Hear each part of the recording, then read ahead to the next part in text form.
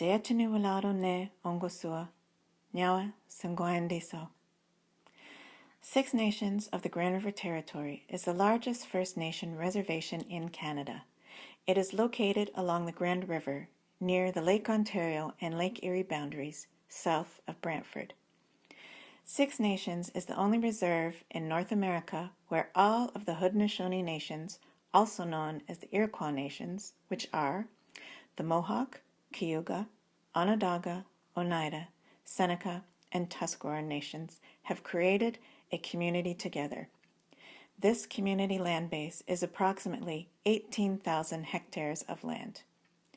The total population of the Six Nations membership is currently sitting at 27,589 members, with approximately 12,895 living on reserve. Although Six Nations is the largest reservation in Canada, the majority of the land base is under possession by individual band members, leaving a smaller land base for community development. Six Nations Housing is very pleased to present to you today a short video showcasing our recent innovative project of tiny homes, which is the first of its kind on First Nations in Ontario. Saigo, my name is Gail Obadiah. I'm the property manager for Six Nations Housing. Our housing director, Karen Bomberry, is also here with us today as part of this presentation.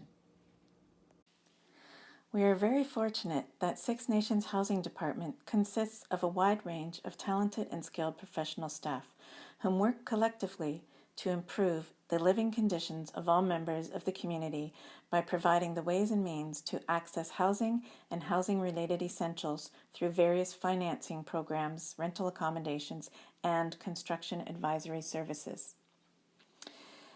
Our existing housing rental properties within our portfolio are the 50-unit elder building located at 37 Sunrise Court, 17-unit elder building and 7-unit townhouses. We have 12 log cabins for our elders located at 2122 4th Line, a 15-unit elders building and our 3-bedroom townhouse units at 28 Bicentennial and 30 Bicentennial Trail, the 40 block of townhouses located on Bicentennial Trail, Pine Crescent, and Oak Street, as well as a 9-unit on Bicentennial Trail. Our 2 multi-unit apartment buildings, 6-unit at 100 Bicentennial Trail and 8-unit at 200 Bicentennial Trail. We also have a 6-unit townhouse at 1848 4th Line. And finally, the location of our newest housing development, Herald Road, the 5-unit, 3-bedroom townhouse. The area outlined in the purple is the location of our tiny home project. The design of the tiny home was created with accessibility in mind for all community members. The entrance hallway is wide enough for wheelchair or walker if need be, and you can see the standard wheelchair circle allowance is outlined in the bathroom. There is no loft in these homes like you would typically see in a tiny home. This was due to keeping these units accessible to all community members. We can't all be the triathlon and climb the ladder up to our bed at the end of our day. The home is not built on a trailer either, like you would see as part of a typical tiny home build. Due to housing regulations, we had to build these homes on a foundation. We chose to do a slab-on-grade construction with the foundation wall, and we installed radiant in-floor heating as an energy-efficient alternative. And the warmth in these units is unbelievable and very comfortable. Let's take a walk in. As we enter through the door, you see the living space ahead. The orientation of the houses have the living space towards the back to take full advantage of the natural light during the day. This promotes energy efficiency by allowing as much natural light into the space during the day, keeping the use of lights to evening only. We have provided a kitchenette in the living space, offering all that is needed for a single person to prepare meals.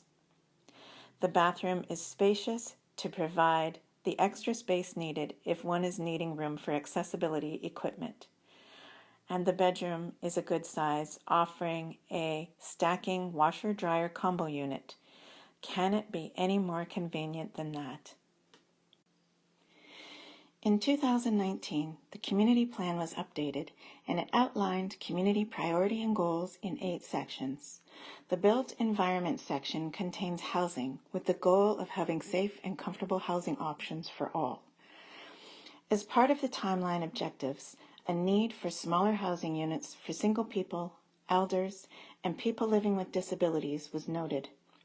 Lifestyle changes and the increase of many people residing on their own is a reflection of this growing dynamic. In 2016, Director of Housing Karen Bomberry applied to Indigenous Services Canada for funding for a 6-unit housing complex on behalf of Six Nations Housing. In 2018, Housing received notice from Indigenous Services Canada that as part of the 2017 budget for on-reserve housing, we would be receiving monies to build the 6-unit housing complex that was applied for. However, at the time we were building the 5-unit townhouse you see in behind the tiny homes here.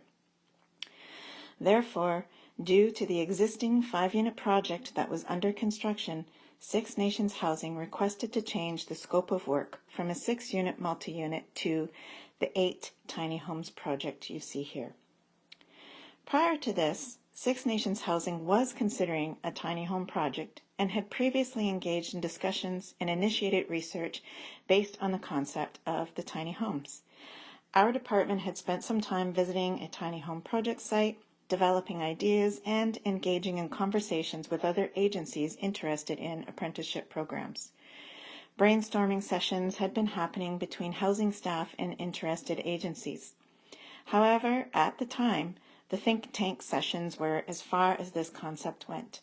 So when the opportunity came up to change the scope of work from the 6-unit housing complex listed in the statement of work, the ideas of the tiny homes was brought to the forefront and the tiny homes project was born. Six Nations Housing chose to hire a contract employee and created a construction manager position to complete the project.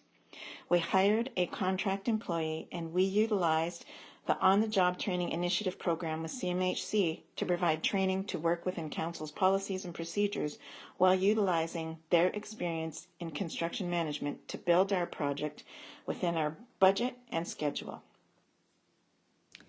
Six Nations Housing also entered into a partnership with our local company, Grand River Employment and Training, and Fanshawe College to create an apprenticeship program where the students would then be involved in a tiny house build to further develop their skills. Unfortunately, the apprentice program facilitator was not able to stay on the project. Therefore, our apprentices were not able to continue. With the desire to still train some youth, we worked with Grand River Employment Training again to find a youth that would fit into the HIFNI program with CMHC and brought in a community youth to work on the job and learn construction and construction management skills. Scano. My name is Karen Bomberry, Director of Six Nations Housing. First, thanks to Gail Obadiah and Becky Montour for creating this tremendous video compilation shared today. In 2019, the Tiny Home Project commenced. However, we were met with one of the biggest challenges, a worldwide pandemic. With determination, a hardworking team on the ground, and the resourceful Six Nations Housing team, the project was completed and occupancy of the units began on July 1st, 2020. Also in July 2020, we celebrated the Tiny Home Project with a socially restricted grand opening and ribbon cutting ceremony, which included Parliamentary Secretary to the Minister of Indigenous Services, Pam DeMoff, with a congratulatory address to Six Nations. The need for housing, as we all know, is prevalent in all First Nations communities, as we witness and each one of us are part of the ever-changing landscape required to meet those needs. With hard work, perseverance, support, and most importantly, respect, our commitment to our community is to provide safe, affordable housing options. Nyawa to all the participants today and for this opportunity to share.